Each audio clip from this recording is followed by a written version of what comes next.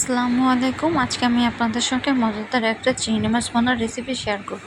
আপনারা অবশ্যই একবার হলেও বাসায় ট্রাই করবেন। চলুন দেরি না করে ভিডিওটা শুরু করি।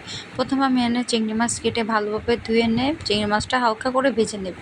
এরকম যখন লাল হয়ে আসবে এর পর্যায়ে আমরা চিংড়িগুলো উঠিয়ে নেব। আপনারা অবশ্যই চিংড়ি মাছটা ভেজে নেবেন, এটা নিলে আরও দ্বিগুণ স্বাদ বেড়ে যাবে। এর পর্যায়ে আমি এখানে 4টা পেঁয়াজ কুচি দিয়েছি। পেঁয়াজগুলো ভালোভাবে ভেজে নিতে হবে। 3-4 মিনিট মতন ভালোভাবে ভেজে নেওয়ার পর এর পর্যায়ে আমি এখানে আদা রসুন বাটা দেবো। আমি 1 চামচ পরিমাণ করে আদা রসুন বাটা দিয়েছি।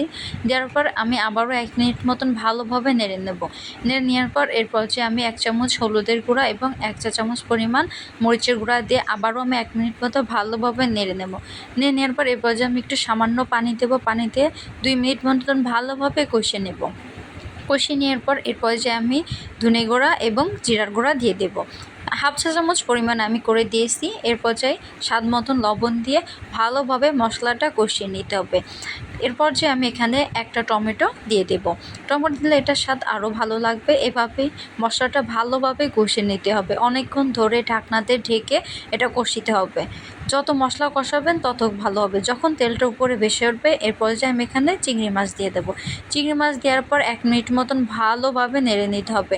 নেড়ে নেওয়ার পর এর পর্যায়ে আমি এখানে সামান্য একটু পানি দেব। পানি দিয়ে আবারও একটু নেড়ে দেব। নেড়ে দিয়ে আমি অবশ্যই ঢাকনাতে ঢেকে, আপনারা এটাই করবেন। ঢাকনাতে ঢেকলে এটা থেকে আরও পানি বের হবে। এরপর কাঁচামরিচ দিয়ে দেবো। কাঁচামরিচ দেওয়ার পর এটা ভালোভাবে নেড়ে নিতে হবে। মশলাটা ভালোভাবে কষিতে হবে। কষানো প্রায় হয়ে আসতে এ পর্যায়ে আমি এখানে কিছুটা ধনেপাতা দেব। এভাবে 3-4 মিনিট ভালোভাবে কষতে হবে।